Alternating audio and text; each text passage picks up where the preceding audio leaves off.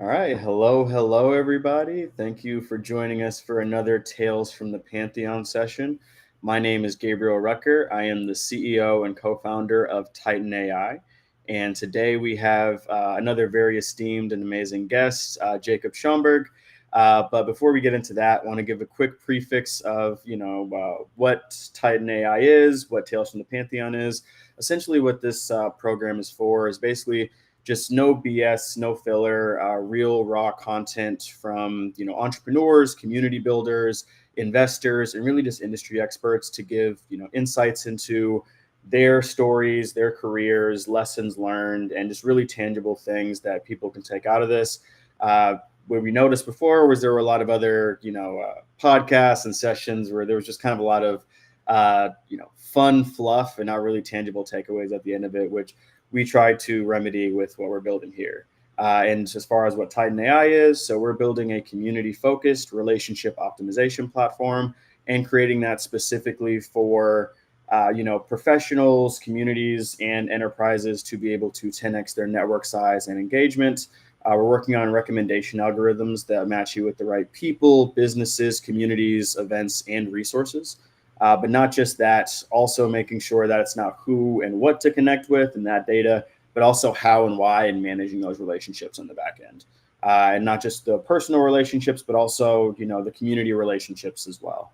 And so enough about us and what we do. I would love to bring on our amazing panelists today. We've had him on before. We're happy to have him on again. Instead of us just talking about grants, now we get to learn about him and his story. So let's go ahead and bring on Jacob. Hey, thanks, Gabe. Pleasure to be on again. Yeah, thank you for jumping on again, man. Honestly, after that session, that is still the most watched session that we've had so far for the grants panel. Like, I think we've had literally over I think 600 people across the different YouTube channels and what is it called, LinkedIn, just revisiting that session. It's kind of crazy. No, really appreciate you coming on again and being able to tell us more about you and the pathways. You were actually one of the most requested people. I told you that after too. People are like, I want to know more about Grantx. I want to know more about Jacob. I want to be able to work with this guy. He seems great. So happy to bring you on for the fireside chat style of the series outside of the panel. So if you want to give everybody just a little bit on you, your background, and then we'll jump into everything else. Yeah, sure. So as you know, I'm from a small town in Maine. I'm from the woods, and I grew up just always kind of chasing ideas, exploring, my own curiosity, doing little side projects, and bringing things, solving problems. I think a behavior that is far too often seen is people doing things because it's how they're done, instead of taking a first principles approach and doing things because it's what makes more sense. That's something that I've never been able to help but do, and that's kind of what led me through my career. I worked in finance for a bit, and actually at 23 I led the restructuring of a $17 billion organization, which was crazy. Wanted to make more impact and jumped into the climate space, where I was helping the power sector here in Texas basically address the system of problems related to the impact of extreme weather events on critical infrastructure.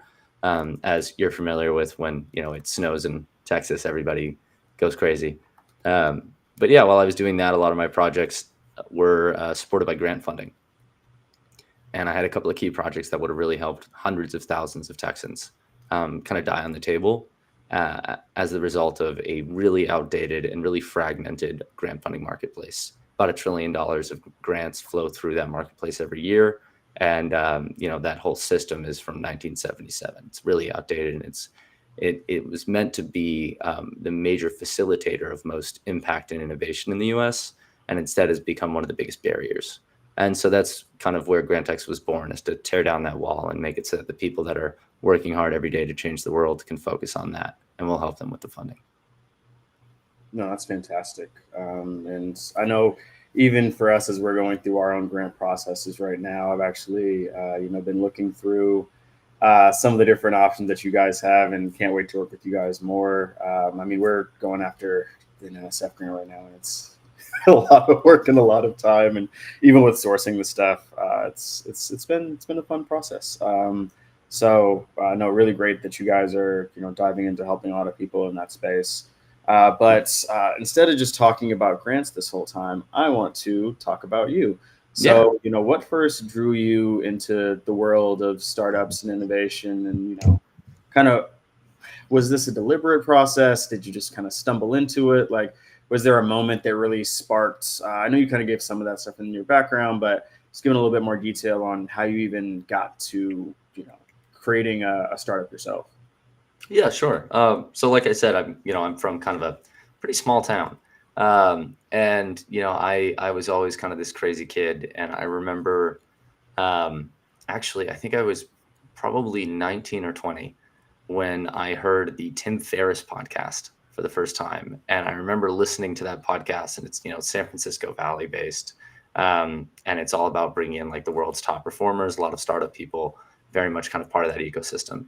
And that was when I really kind of first had this moment of, oh my gosh, I'm hearing people think like me. And that was something that was kind of new. And it was like, oh my gosh, this isn't just me being a crazy person. And I'd always been very entrepreneurial. I started numerous little businesses growing up. But that was kind of the first big moment where I realized, like, okay, there's a place for my brain. And I kind of chased that. During COVID, I actually sold everything I owned, bought a motorcycle, and backpacked across the country to SF.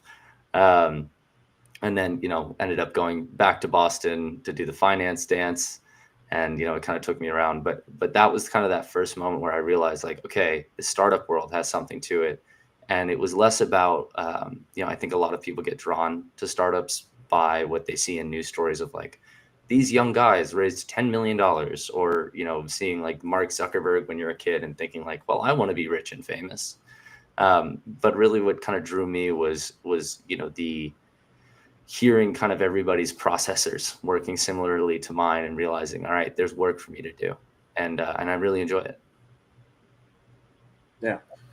Um, what's the toughest moment that's kind of happened so far within your journey? Oh my God. I told you this is a no BS, no fluff. Yeah. I'm going right No, into no. It's just, how long do we have? it. Right. Um, that's kind of the whole thing, right? Like um, I have a tattoo on my chest here that is ostinato rigore.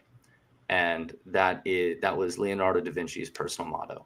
And it's rigorous persistence, or obstinate rigor. It's rigorous persistence of your craft.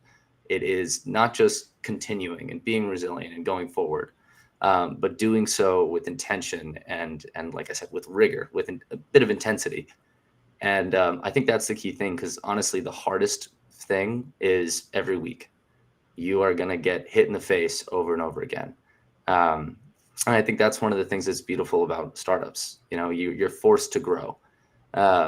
If you want to go do a big thing and you feel small, well, you got to become big. And the only way to get there quickly is to get your butt kicked.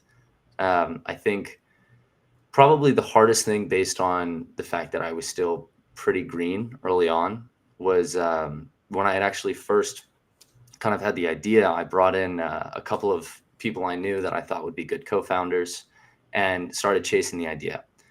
And that was about an 8-month journey of constant struggle, constant battling. And maybe I've told you the full story, but basically I ended up having to kind of fire 2 of my friends. And one of them had actually attempted to defraud me and the company. And I did not hear this part of the story. No. Okay. yeah. Yeah.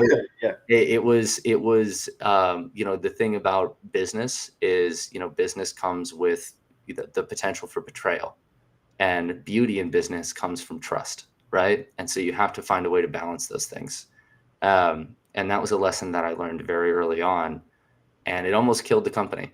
And I had to learn how to I had to learn the legal game and learn how to maneuver effectively very early on, and lost, my 2 co-founders and my 2, closest friends at that time, because, it was just this moment of realizing, okay, these are not the people to build a company with. And, they had already kind of given up, and they weren't putting the effort in.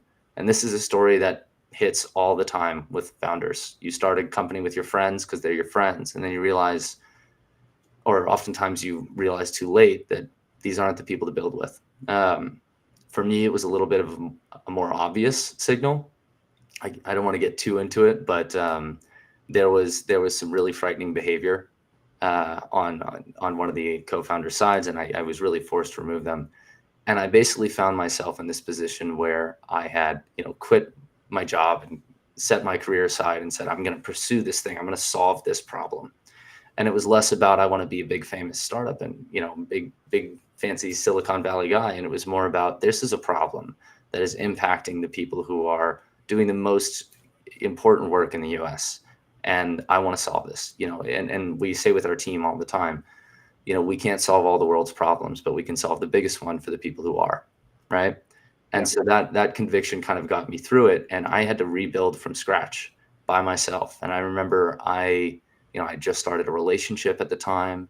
Again, I just quit my job, and I was bartending on the weekends for 30 to 40 hours and finding ways to squeeze in 80 to 100 hours during the weekdays by just not sleeping for 2 nights and having them as extra week or as extra days. I mean, it nearly killed me, and that was brutal. I've faced challenges that maybe weren't as bad, but certainly a lot of big challenges, and you constantly deal with existential crisis and self-doubt and having to learn new things. It's like starting a new job every week, right? Yeah. But that was at a time where I hadn't kind of built up the resistance against challenges like that, and it was very close to killing the dream. And so I'd say that was the hardest point, but it really taught me how to, it's kind of one of those moments where it's like, I didn't give up then. Why would I give up now? Yeah. No, 100%. I mean, it's a long and arduous road that I think that a lot of entrepreneurs, not even just on the startup side, but in business owners in general, kind of a lot of suffering in silence or not really knowing, who to really kind of address those problems with. I mean, I've had uh, maybe not as extreme in certain areas, but also more extreme in others. I think, like depending on how you look at the scenarios. Because I mean, I'm on company number 3 right now, and I think I've seen more BS under the sun running those businesses than I think anything in my personal life kind of combined, which is crazy. And there are still stories that I haven't told people. Maybe when we're out this Saturday, I'll let you know about it, and we'll talk about some of those other stories. I think those are a little too detailed for any type of media right now. But even then, what you said before about resonating with the problem, right? And I feel like a lot of people hear that, especially from investors or other people, and they're like, they kind of start to feel a sense of, this is BS.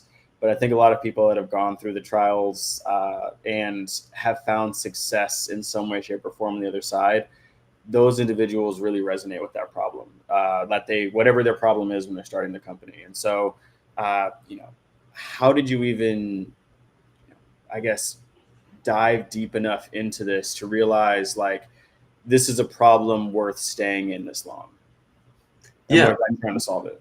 Yeah. I mean, it was really like this project I was working on was something that it was exciting because of the level of impact I was going to be able to make. Right. And I'd done a couple of things like this before, and it was something I'd become addicted to, where it was like, oh my gosh, like I've had my butt kicked, all through my early 20s, working 80 hours a week for what?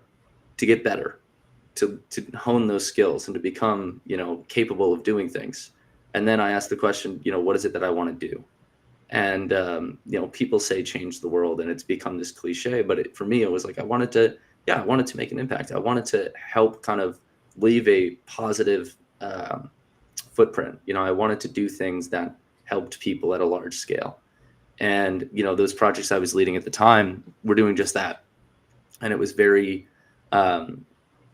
related compared to startups. It was a pretty quick cycle of validation. You do a project for 3 or 4 months, and you get to kind of see what's going to go out and happen, and the impact you've made. This was one of those projects, and I was quite excited about it.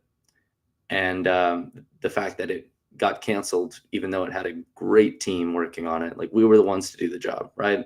We had buy-in from executive leadership. We knew there was funding out there for us. It was one of those things where it's like, okay, all the boxes have been checked off. We're going to go do this thing. We've prepped right. It's ready. Let's do it. And then this, little thing, this tedious process of just filling out forms, checking off boxes, like you've said, the stuff you've had to deal with NSF, that's what killed it. And to me, I was like, that doesn't make any sense. Why? And, we were a $10 billion organization. It's like, why are we still running into silly little problems like this and getting sidetracked by them? And it's stopping us from doing really impactful work. And so that's what really frustrated me. And, when I went out to learn more and to see if this was something that was impacting more than just us, if this was a story that wasn't just mine, I talked with a professor at UT, Dr. Michael Sachs. He's recognized as a world authority in cardiovascular research. And I was lucky to get 15 minutes with him. Turned into 45 minutes of him just ranting. And it was clear that this was frustration that had been built up over, a 40 plus year career. And one of the things he said that stuck with me is he's like, and excuse my French, but it's a direct quote. He said, I spend 60% of my fucking time dealing with this goddamn grant world. And he was, and I asked another question. He's like, yeah, I only have 10% of my time remaining to focus on my research, fixing the human heart. And that was kind of my moment where it really, really clicked that I had to do this, because this question of, what would the world look like if this guy who's leading the effort to address, heart problems, what would the world look like if we 6x'd the amount of time he spent on that? And then what would the world look like if we did that for every researcher, for every nonprofit, for every utility that was trying to address climate change, for every startup that was trying to get off the ground? And for me, that was where it really stuck. Let's dive more into your, like leading your team and building out your team. I know we've talked about how you actually chose your team members and how you assembled your crew, let's say. We're both, I'm a very big fan in multiple ways for how you've kind of assembled your team. But if you want to give our viewers the context on what I'm alluding to here, I would love to have everybody kind of know about that, and then we can dive more into it too. This might also shift into a completely different conversation, but yeah, no, I'm down, man. I'll follow you. It's I mean, you got to get people who get it, right?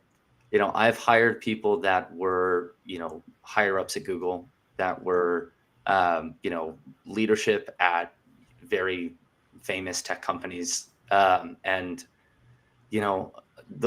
honestly, probably one of our best hires was someone that was just kind of finishing up a grad degree at Northeastern and hadn't really done that much in the market, right? Yeah. And, our head of engineering now, he was coming from McKinsey, but that's not why we hired him. We hired him because not only did he get it, not only did he really align with the problem, and he was in this place where he was saying, I could work anywhere. I mean, he turned down an offer from TikTok for, I believe, like $250K a year. Wow. And he was in his early 20s. That's a really great. Yeah, it's a great offer. Yeah. And he turned that down to work with us for pennies. Yeah. And did so for like 8 months. Pennies and sadness when you think about it. Yeah. And he did it because, that same moment that I had where it was like, okay, not only is this a big problem to solve, but also it's the right time to solve it. This is a massive market that has been pretty untouched because the technology previously hadn't really been available to actually solve this. What you'd see in the competitive set is a bunch of, kind of outdated SaaS tools, right? They don't do what people need. You see like 30% churn across the market, right? That tells you that like these tools aren't really getting the job done. And it's because previously the tech wasn't available to do so, but now it is.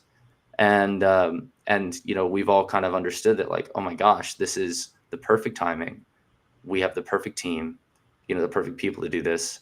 And it's something that we all care about. And we really come together around that. And so, I guess if you kind of boiled it down to a framework, I would say the big thing is people that get it. And obviously, it takes some looking around. Personally, I'm not a big fan of relying on personal networks, as you might understand. But, cast a wide net and see who really resonates with what you're doing. Go through 1,000 resumes, have hundreds of interviews. And when you interview people, don't ask them about the resume. Meet them, get to know them, have a conversation with them. Every interview I have, I start by saying, I hate interview speak. I'm a human being. You're a human being. If we communicate as human beings, that's the most effective mode of communication. And you get to know someone, right? You get to know how they think. You get to know what their skill set actually is, what they're capable of. And moreover, you get to know what really lights them up, and what makes their eyes go wide when they're talking about it, right? But the framework for me, I think, that really helped me early on was realizing that, I wanted people who, were the best talent, right? Who were the most capable in the roles that made the most sense and that were the most complementary. Obviously, early stage startup, I wanted people who were okay with not getting paid a lot, right? And I wanted people who got it, who cared. And where I found that intersection was these people who had been very successful in their careers, who could work anywhere, who'd made good money and could make money anywhere they wanted. What they really cared about was making an impact, was doing something with the skill set that they developed, much like I did, right? And that's really how we kind of brought people in. And man, it's incredible. Our team now is, I've never worked in such a collaborative environment. It's crazy how well we get along, and sometimes concerning. It's like, are we having too much fun? Um, but it also blows my mind how much we get done. I think, I think that's the big thing. And what you kind of should strive towards is this ability to not only drive towards a goal and a mission together, but drive each other and to face challenges and solve problems together in a way that is, quick story. Sorry, I'm rambling, but No, so that's what podcasts are for. yeah, Like I always say, if we only talk about one topic and it's a good topic, like we'll stay on it. I love it. Love it. Yeah, I mean, we had an offsite in Maine where we did a small event, and we brought everybody up to Maine, and we were all staying in this big Airbnb, and I told everybody I'd make breakfast for them in the morning. So I woke up a little before everybody else. There was 8 or 9 of us there, and so I started making a pretty big breakfast.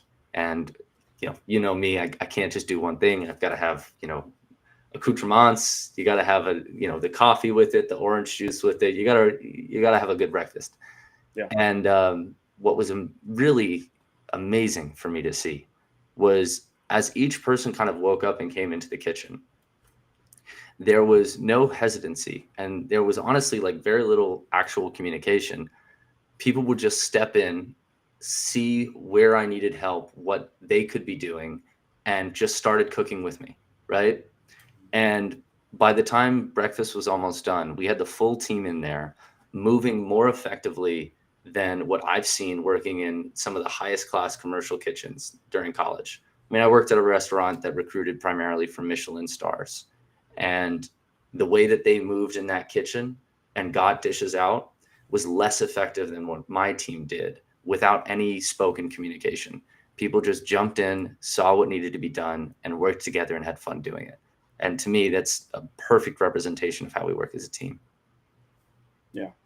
And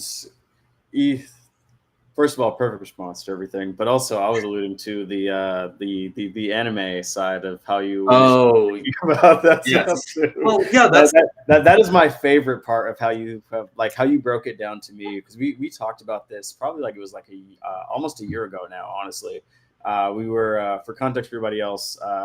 Jacob and I, we were our platform was initially looking at a system that we're going to be launching next year that I won't go into too much detail for, and Jacob's team might be taking over the grant aspect of that. But we were looking into how to basically replicate exactly what they were doing, right? Before I knew his company existed, and we were chatting over coffee and burritos, and during a very Austin combo. And during that time, he had told me basically about his amazing engineering team and all the progress they were making, and specifically how he formulated his team. So I wanted to give everybody context on that, because that's a great thing. Yeah, no, absolutely. That's right. And, I was kind of touching on the key points of that too. And like I talked about everybody being in the roles that they needed to be, everybody driving towards an aligned mission. When I first had the idea, I was watching a lot of the anime One Piece.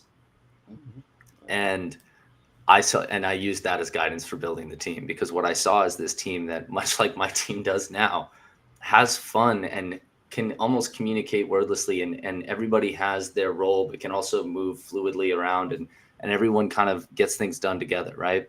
And there's this kind of that's what I saw in One Piece. Here's a guy who wants to be the king of the pirates, and he's floating around in a barrel, doesn't even have a ship, right? And he breaks down. He says, "What do I need? I need a ship. I need a swordsman. I need a navigator. I need a cook, a doctor, et cetera, et cetera." And then he goes out and he finds the best people at that, and he meets them. Yep. And in that show, the first person he goes to is the swordsman Zoro. This is incredibly nerdy what I'm doing right now. I mean, I'm nerdy as hell too. That's why I love it. Like, I mean, like you're talking to the guy that named his company Founding Titans. So fair. Damn, I never put that together. But yeah, that's awesome. So I'm gonna start calling you Aaron Yeager. Please don't. So, have you finished that show? I have finished it now. We got the C Corp way before that came out. Also, it was not intentional. It was just my nerd brain in the background activating for that. Because I initially, that was not the plan at all. And then we got the C Corp, did all this stuff. Domain is out, and we had just a massive influx of people from Reddit that were like, we literally had like 2,000 people a month that were like organic web traffic when we first started the company, and most of them were just anime nerds, which I love. They're my people, but like it was not the ICP that we were initially going for. Yeah. Oh God. But yeah. So basically, you had Luffy, who's the guy who wants to be the king of the pirates, and he's realized like what roles does he need? How does he get there, right? And he went and meets with the guy who's like this great swordsman, and the guy's like, "Why would I be on your crew? You don't even have a ship." And I think that is where a lot of founders start kind of find themselves in this recruiting process. And the key is it's not just aligned around your mission, but it's also you can get each person on your team to where they want to be by kind of hopping on your ship and chasing that mission with you. For the swordsman, he wanted to be the greatest swordsman, right? He wanted to pursue this aligned mission, and he trusted Luffy to get him there, and believed in him, right? And I think that is the key part, is understanding that it's not just, hey, come do the thing I want to do. It's, hey, come along on this journey with me to go do this incredible thing. And on the way, you're going to achieve your own personal goals. And then establishing that you can be someone that they would follow. People need to trust you and believe in you, right? Like I've said before, I don't know if it was with you or on a different webinar or podcast, but somebody asked me about how I deal with leadership.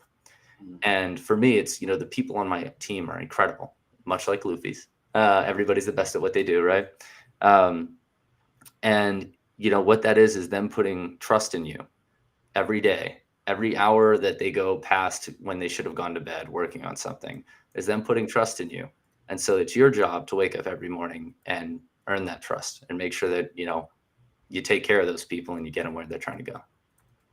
Yeah, no, 100%. I mean, so the reason why I bring that up too is because so after we had that conversation, because I had been struggling with like maintaining or growing our team, and this is the first time for the first company ever where I had those issues because we weren't generating revenue like quickly and easily. We actually had a physical product that needed to be built and put into the hands of people, whereas before our stuff was more service based. And my events company, like we could have people very quickly and easily just sell tickets to an event, bring the right people, bring the right audience. It was marketing, right, at the end of the day for everything. Whereas, building something with technology and building something that's tangible. And I think a lot of business owners run into those different aspects depending on the sector.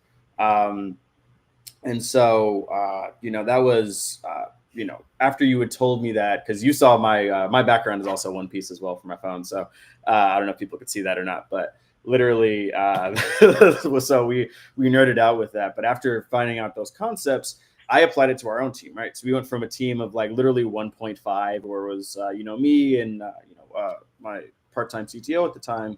And then now we've got a team of 6. At one point we had, a batch of like basically like 11 interns within 3 months who were just, kind of testing people out, and a lot more trial by fire because there are a lot more issues with creating an early stage company, especially when you don't necessarily have a crazy amount of capital that you can just toss at different things. And at one point, we had that, but we have we completely pivoted the business, and so it's having those types of conversations over coffee where it kind of inspires other people, and then you learn to inspire others, which hopefully this podcast does for some people too, because you've been dropping some gems so far, which I've been able to extrapolate, but I've been in this game for a while. So hopefully people know kind of the underlying things of what you're talking about and can really apply that to, building out their own teams or, finding those right key hires. Because everything you've said is just nail on the head, 100% correct, no matter how you view it.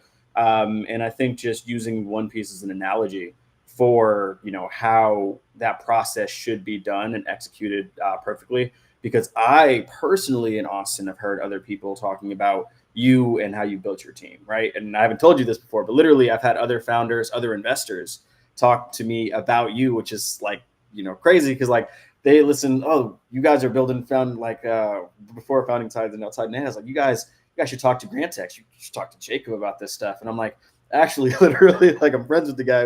We've had multiple discussions about this, and we're making plans for the future on that aspect. But no, literally, it's not just how you build your team; it's how other people also perceive a lot of those aspects, especially with investors too. For people that don't know the context, when people say we're investing in the team, right?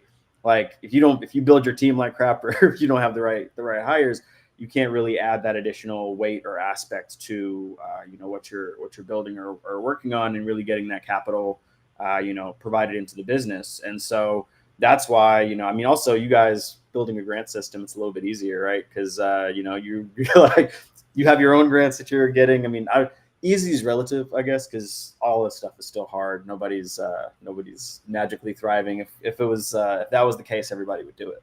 But no, that's I mean, I'm coming up on like 2.5 years of this, and we're just now really raising our pre-seed. Yeah, same. Yeah, and it's like it was it's a lot easier now than it used to be. but yeah, I mean, you're gonna have to have times where you're honest with your team and say like, look, it's gonna be rough. There's a storm coming, but like, let's do this. And you're gonna have to have those moments with yourself too, where you recognize that it's going to be hard. You're going to be miserable for a little while because it comes in waves, and you usually don't know how long that wave's gonna last. And so you kind of have to take one step at a time, keep moving forward, and making sure that what you're doing is the best thing you can be doing. I made mistakes early on where I don't know if I call them mistakes. I just have learned better now, but they definitely served us. Where it was, everybody thinks about hype, right? Mm-hmm. About talking the talk. The startup ecosystem is full of hype, right? Yeah. And that can help you get users for an early beta, especially when you don't realize it's an early beta. And learn from them, and learn from that, and pivot and improve the product, and launch again, and launch again, and then launch again, and make sure every time you do it, you are learning what you need to learn. I think there's a book that was recommended by my co-founder and COO, Lendl Coombs, who's fantastic. The Mom Test. Or Mom Test. Sorry, he's British, and but it's really interesting because it talks about how even if you're talking to every customer, even if you're talking to all these people in the market doing all sorts of research, you can still find yourself blind if you're asking the wrong questions. And so highly recommend that book, The Mom Test, but it teaches you how to learn what you need to know, which can make these launches and make these iterations significantly more effective.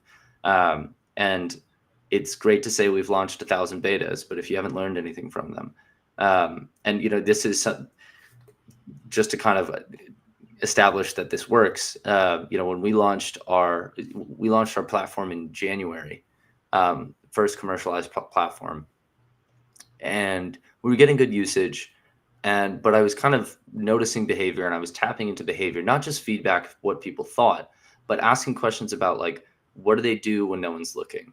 Remove my own ego from the conversation, so they're not just telling me what I want to hear, and learning about what really matters to them. And then I went and used the platform myself, given I had some background in dealing with grants. And I was like, tear this whole shit down. This isn't who we are. This is us competing with the current set of competitors. This isn't us redefining the marketplace as a whole. Yep. And so we tore it down, and spent, I think, 6 months rebuilding. And that's a dangerous and scary thing to do. And frankly, the fact that my team didn't blink and follow me through that, it just kind of speaks to who we are as a company. But when we relaunched in July, in the first 60 days, we brought on 34 enterprise clients for 3.1 million contracted ARR, as well as 33 additional subscribers at around 6.8K MRR. Okay. And I had meetings with 4 Congress people and in 2 conversations about statewide deals, which would put us in about 1,000 different organizations. And that's in the first few months post-launch. That is not what all of the launches went like. But every launch that we had, every stressful day, every time I was like, this doesn't make sense, I'm going to do what makes sense. And diving into our usage rates and diving into how people were experiencing the product and what they were getting from it, what they were willing to pay for it. That all informed what has now become something that's pretty exciting. Yeah, I mean, we're gonna have to have another side conversation, because I want to learn more about how you guys specifically did that. 'Cause, I mean, we're looking at a lot of local, state, and just like a lot of different city governments and municipalities and stuff like that. So, yeah, no, you're 100% correct. And we did the exact same process, actually. So a lot of people don't know this either, but we completely scrapped our entire code base in February of this year, right? Because we were in that same boat. And then we started switching up to what our now current ICP is for the professionals and the community builders and enterprise clients, right? Because before, our main market was just startups and investors. And a lot of people said, "Oh, it's a terrible market," like blah, blah, blah. And I still believe it's not necessarily a terrible market, but what we were building solution-wise, it would have worked, but it wouldn't have gotten us to be $1 billion plus company either, right? Like, would we have made very, very good money? 100%. Would we have been, would everything have been really good? Yeah, but not the level or scale that I personally saw in the vision for, what we're doing, right? And sometimes you have to make those really tough decisions and completely scrap everything and start from sometimes from scratch, sometimes not. But really, it's making sure that you have that differentiation as well. Because if you can easily build it, and that doesn't mean that nobody else can either, right? Like, somebody else can just take your idea, or if you're just the same as everybody else, then you're just eating from the same pie that everybody else is. Yeah, I mean, I completely agree. It's a really tricky game of like, yeah, absolutely. Are you going to be market defining? Why can't someone else do what you're doing is a question that most people don't put enough time and energy into answering. And honestly, it took us 6 months to really have an answer that was true and well backed, right? But I think the other thing there is like, it's also okay to not be a venture backable company. It is okay to say, hey, this is a business. This is a business that can make $50 million. Or this is a business that could be worth, $10 million, right? Yeah. That's pretty great. That's a good business. And if you can do that and enjoy it and have a team that enjoys it and do so in a way where you're gathering revenue very quickly, otherwise you will starve to death, or like get some angel funding, like that's great. And I think not enough people do that. Like, we need more of these businesses that are, kind of hitting that in between market. That's just not quite tappable for venture. And like, that's fantastic. And you can have probably a much more enjoyable time doing that. But if you are, one of those wonderful people where your brain's just a little bit broken and you just kind of can't sleep at night if you're not trying to go out and do this thing and chase this vision, then recognize that, make the sacrifices you need to make, and go get it done. Yeah, I mean, execution is key on a lot of that stuff too. And I mean, I think there are multiple points where we all have where we're like, man, why am I still doing this? But it's those points like we were talking about a little bit earlier too that kind of push everything through. But I want to shift into a different kind of mode for this. So, what's the best piece of advice that you've received in your career, and how exactly have you followed it?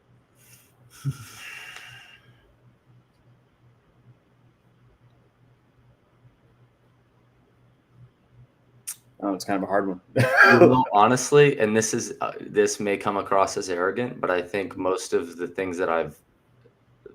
advice I've gained is through learned lessons. I've always Mhm. kind of taken the hard way. And though I've had people give me some pretty solid advice, a lot of people that I meet have like really amazing mentors, right? And that's something that I haven't really had. I've had I've had bosses that were wonderful and taught me a lot. But I think, where that learning really came in was, um, when I was going out and doing things and running into walls and pushing through. And that's something that can't be taught. You can't be taught how to have a panic attack every morning at 10 a.m. and continue to move forward while also improving the situation and making the right decisions, right? You can't be taught how to like have that existential crisis about am I doing the right thing? I mean, my for the first year of Grantx, everyone that I was closest with, anytime they saw me, asked me like, "How's it going?" and weren't excited by what I was saying and would try and convince me out of it. I would talk on the phone with my dad every day, and he would beg me to give up. He would beg me to be like, "You've done it. You've proved it. Like, go off and do something. Like, you've got a good career. What are you doing?" And the ability to kind of hear that from everyone around you, to not feel like you have a guiding light in, a mentor or an example that's kind of telling you what to do. It's human nature to kind of look for the answer from the people around you, right? Or say like, okay, I'm going to read, some playbook on startups and then just do what they say, right? But building the muscle of being in that extremely uncomfortable situation where you are the only one that really believes in what you're doing and constantly battling with, should I? And then pushing forward and getting to a point where, because honestly, I've spent the last 2 years having people say, what the hell are you doing? And now in the last 2 months, everyone's asking me, how the hell did you do that? Yeah. No, I'm literally seeing the exact same shift as well, and this is why it's always good to have founder friends and like other people, because like especially people that are like in the same stage or people that have like just gotten past that stage and can like give. That's why I was asking about the advice thing. 'Cause I mean, like, I feel the same way in a lot of the veins too, where I'm like, okay, I get advice, but it's not. I don't necessarily apply the advice the same way that it's given either, right? Like I find my own, I guess, diamond in the rough in that respect of like, okay, I can find this information and I can apply it in the right ways. Because I mean, my parents have had the exact same conversations with me, where they're like, why are you doing this? You're so smart. Like, this makes no sense. Like, you've done so many other great things in your career. Why are we doing this now? Why are you putting yourself through struggling and all the other things when your talents could be applied better elsewhere and you can be making a lot more money. And And you know, also, I'll say, add too, like, I am incredibly grateful for those questions. Like, it was funny, like the times where I remember one time specifically, I was driving down 35 into a meeting. Things were going very badly. We were like probably 2 weeks away from not existing. And I called my dad and I was like, man, this is not going well. And he jumped right into convincing me, like, and asking me, like, why are you doing this? And that gave me the opportunity to not be battling with myself mhm, and instead have somebody else ask me. And I was able to answer that question and say, I love you. I'll talk to you later. Thank you. And go out there, charge on. And, answering that, having the people that care about you most asking why you're doing this is something that really you should listen to because they care about you, and remembering that you have people out there that care about you. is really important anytime you're doing something hard. But also, having somebody else make the counter argument can usually get you out of that tailspin and out of that spiral inside your own head when you're trying to solve all the world's problems by yourself. Yeah.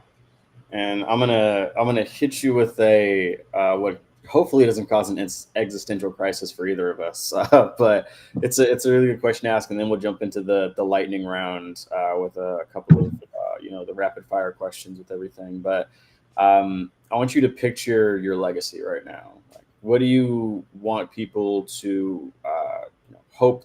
Like, what do you hope people think that you've stood for or will stand for? Oh man. I'm so sorry. I don't really care. I've There. found that, like, I mean, I was, like I said, like um, growing up, my mom would often call me unique or special, Mhm. right? I was not surrounded by people that thought like me. And I think that's something that really helped me in the early stage of Grantx, is because I was okay with just not having the social validation, and just kind of fully separated from that. Now, validation from your market, validation from the people you're serving, making sure that you're actually helping them, that's important. But caring what people think about what you're doing just gets in the way, unless they are people that are going to kind of join in. Like, obviously, you need to care what investors think if you're raising money, because, like, if you spend your life saying investors are dumb, well, then you're going to be very poor and you're going to be the only one who thinks you're right, and you won't have done anything, right? So for me, I really don't think about legacy that much. But what I do think about is, I am existence consciousness. It's a blip, and it's the most miraculous gift that you could ask for, right? And my own belief is that that consciousness, that blip is a gift that I have, and to do with it what matters the most to me. I have the one shot. What am I going to do with it? And going out and spending time having family dinners and dinners with friends and listening to good music, having good wine, good food, good laughs, right? Going out and helping people, exploring the world, seeing the different cultures, climbing, hiking, sailing, and solving a problem and doing something that says, okay, I was here and I contributed something good. So to me, that's kind of my North Star. Not to give you a very kind of obnoxious answer. It's not obnoxious at all because at the same point, it's like that's what this podcast was made for. Was no BS, right? Like just straight to the point answers. And um, Oh, actually, to add on to that, I've always wanted people to think I was a good dancer. That that's like a sneaky little secret. I'm not a good dancer, but I try very hard and I put the effort out. And I don't think people think that, but one day maybe they will. so quick side tangent. So people now think that I'm a good dancer, and I don't know why. Because people told me like for years that I'm not a great dancer. Like literally, like from middle school all the way until like freshman year of college, people were like, "Oh, you're a terrible dancer." I didn't start dancing differently. It's just people magically like Did after you 2013 are like, "You're really good at dance." Like, oh my god, like you're so good. I'm like, did how? you What? acquire new moves? No, No maybe new it was moves. because that's when I started drinking. I don't know. Like, Well, it's okay, all right.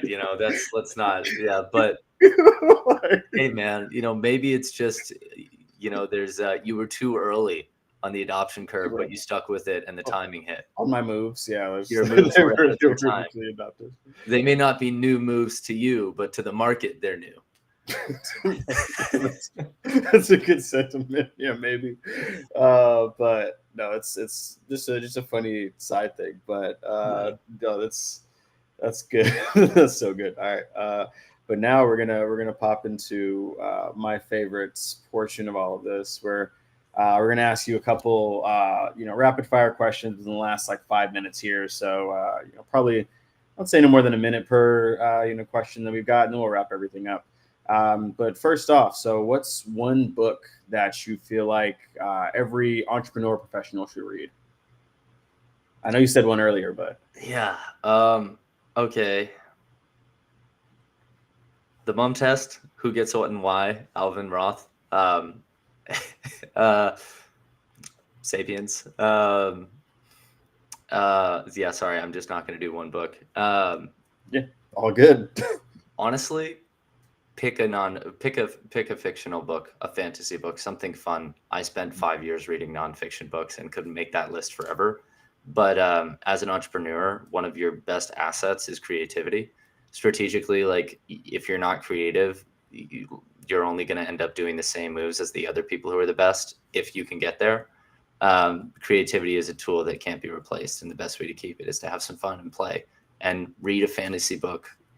Get away from it for a second, and yeah, that's what I would recommend.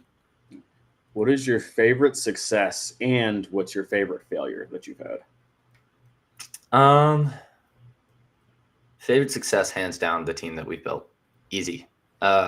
Unbelievable. I mean, I literally feel like I'm in one of these like, extremely hopeful animes where everybody just gets along and they can take on the world together in, Yeah. whatever movie or show. Because that's what our team's like, and I've never seen it in real life. And so I feel it's so fun. Favorite failure, which previously used to be my answer to the biggest achievement, because I think oftentimes failures are more of an achievement than a success. Yep.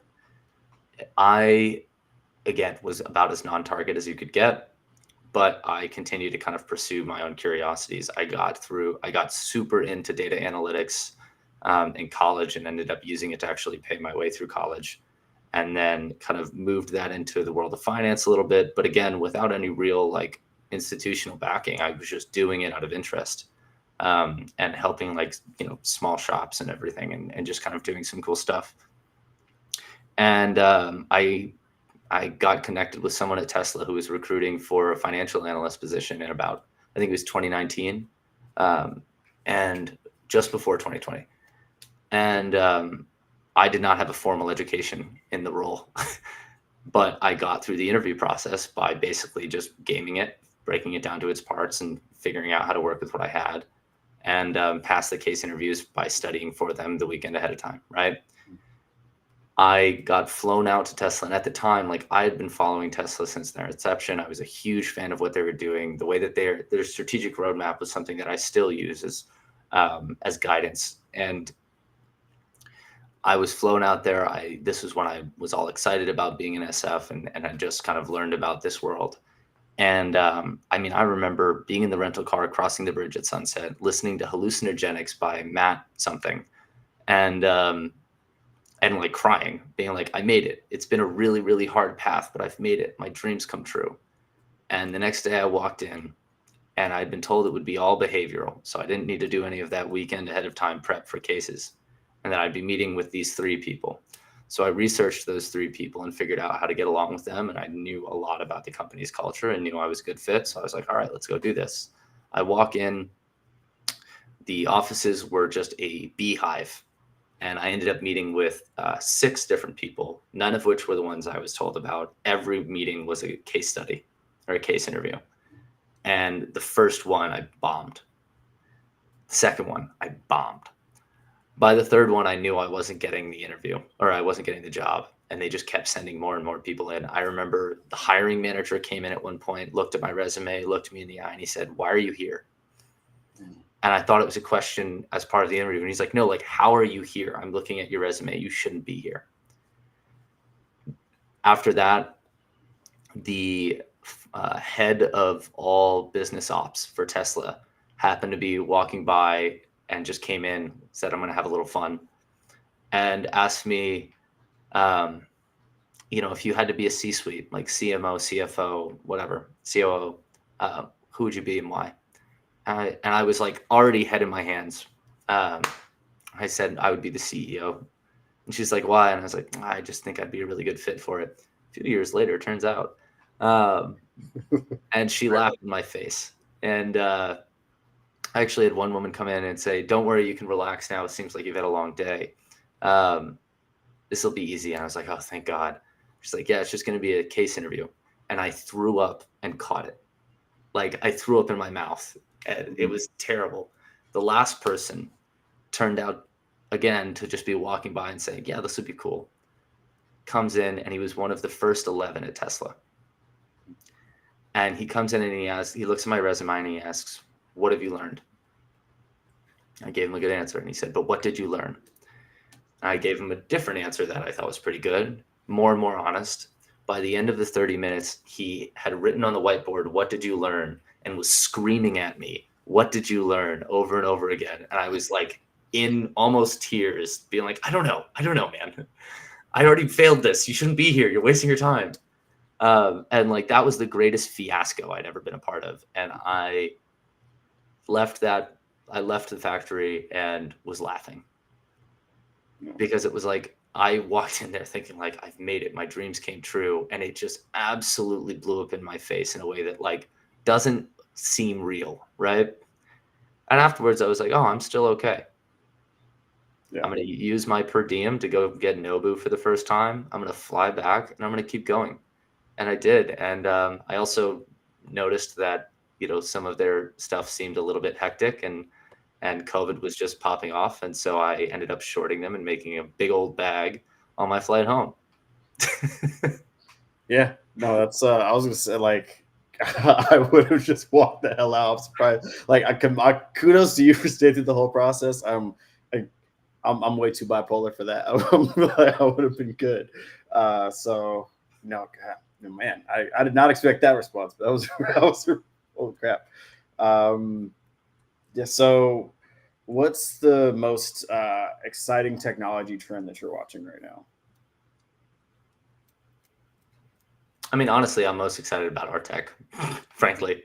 I'm a big marketplace guy. I think that's where a lot of the inefficiency and time wasted that exists in the world lives, across all different markets. And the grasp system that we've created, this ML engine I've talked to you about, it is like literally doubling the performance in terms of speed and accuracy of the best models out there today.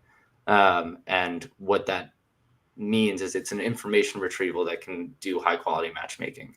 And so that is the marketplace optimizer. And so to me, that's really, really exciting. I think there's a lot of hype around, agents and generative AI in a way that's cool, but it's people have gotten a little ahead of their skis. There's gonna be a little bit more time before we start to see like real impact and really exciting stuff getting done. Because like I don't know about you, but my inbox is now full of messages sent from agents on automated sales ops systems, and I never look at them. And yeah, you can automate the function, but you're not getting the job done. And so there's a lot of stuff out there. So I think that's it. I'm pretty pumped about SMR, small modular reactors for nuclear. I come from a power background, and most of what my specialty was exploring like where is the energy transition going? What is the tech that is going to actually come out to kind of replace natural gas and all of that? And I think small modular right now is probably our best shot. And then, yeah, I just learned how to use chopsticks more effectively, and that is a technology. So Yeah, it is. It is. It's one of the greatest technological innovations in history when you think about it. So yeah, no, yeah. I agree. Well, that concludes our amazing lightning round. I want to thank you so much for coming on with everything. I'm going to share one of your links here. So if you guys want to connect with Jacob after this, please do. This is his link to his LinkedIn, and also with one of my favorite technologies that's out right now, Grantx with their link, grants baby. Yeah, it's honestly the technology that they're working on is extremely revolutionary and fantastic. And I'll give you a little bit of time here to tell everybody again or remind them what you guys are building in Grantx. Yeah. So the grant funding marketplace has $1 trillion that flow through it every year, and it's extremely fragmented and outdated. The biggest problem that we've uncovered is accessibility and visibility of data. And that doesn't just mean being able to have, an intelligence layer, market insights, funding insights, but also the ability to kind of quickly get connected with the grants that you have the most likelihood of winning, the funding that's out there for you. Traditionally, that is a question that's taken 2 to 3 weeks to answer, even if you hire a professional consultant. With our platform, all you have to do is enter in the name of your organization and your URL, and that question is answered for you in 10 minutes at the same level of quality. You get the 4 to 5 that you need to know about in 10 minutes. and all the information you need to know to win them. And so, if you're an organization, small, medium, large, nonprofit, or even a corporate that's looking to get some more grant funding, or kind of speed up the process that you typically use to gain that same grant funding every year, hop on our platform and we'll change your life. Oh, perfect. Thank you so much, man, for coming on. And yeah, I can't wait to see, what you guys do next. I actually have another Fortune 500 that I'm going to chat with. He might be there this Saturday. It's my birthday Saturday for everybody that doesn't know. So Jacob's coming to my birthday party. But he might be there or not. If he isn't, I'll connect you on the back end. I'll see if there's any interest there. But I think there will be. He works at a big portion of the grants for oil and gas stuff. So I'll shoot that over to you. Because also with the platform we're building, I like to do connections. I do 50 intros per week, literally, and obviously try to share the wealth and all the things, which also brings up, I guess, some info for us.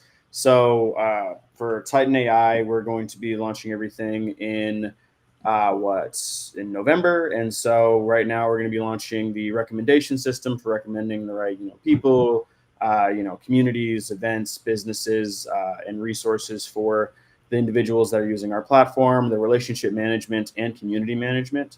If you know any communities or organizations that could really use the help with trying to increase their engagement, definitely send those individuals over to us, and definitely sign up for our platform yourself if you haven't already. We have different tiers for those. Basically, it's free for people to use, but if you want to use any of the AI tools or system integrations, that does come with a cost for the system. Happy to explain more of that if anybody needs any context. And then also we're doing a lot more events next week. We're going to have CS Freeland with the Texas Venture Fest, Texas Venture Alliance, and Texas Venture Gala here on the podcast. And then we also are going to be doing a live session during the Texas Venture Fest the week after that on that subsequent Thursday. That's going to be a shorter little segment for everybody. We'll be talking with one of the investors that's at the Venture Fest in a collaboration with them. So yeah, we've got a lot of things on the horizon. We also have another in-person event here in Austin in November. So yeah, thank you all so much for tuning in, and looking forward to bringing you some more amazing content. If you have anybody that you recommend, so for all the people that we have on as guests, also we will take some inbound for that stuff, but really we prefer if somebody recommends you to us for you to be a guest on the podcast as well. So, if you have any, decision makers, manager level or higher, really a lot of industry experts who we're trying to get on this. So if you have anybody within those spaces, definitely, recommend the right people, or just have them reach out to us, and we'd be happy to have a conversation and, get some more people. We do have a lot more plan that's not on the calendar, but we don't want to overwhelm people with 50 different names, just kind of in a long laundry list for people to choose from. So yeah, thank you guys so much for coming on. And thank you, Jacob. Is there anything else that you would like to share before we close this out? Thank you again, Gabe. Always love coming on. And for anybody out there listening who is interested in learning more about Grantx or taking part in our current round, we are raising our pre-seed, and you can get more details. It's about half full. So reach out. I'm at jacob@grantx.com. Sweet. And if anybody needs to get connected with him and they're already connected with me, happy to do an introduction as well. I've got his cell and his email, so happy to make any valid intros there for anybody that would like to speak to Jacob more. And also, I'll show the QR code one last time here if you guys connect with him on LinkedIn. Great guy, and absolutely excited about what he's got next on the table. So thank you guys so much for being on today, and yeah, see you guys next week. See ya.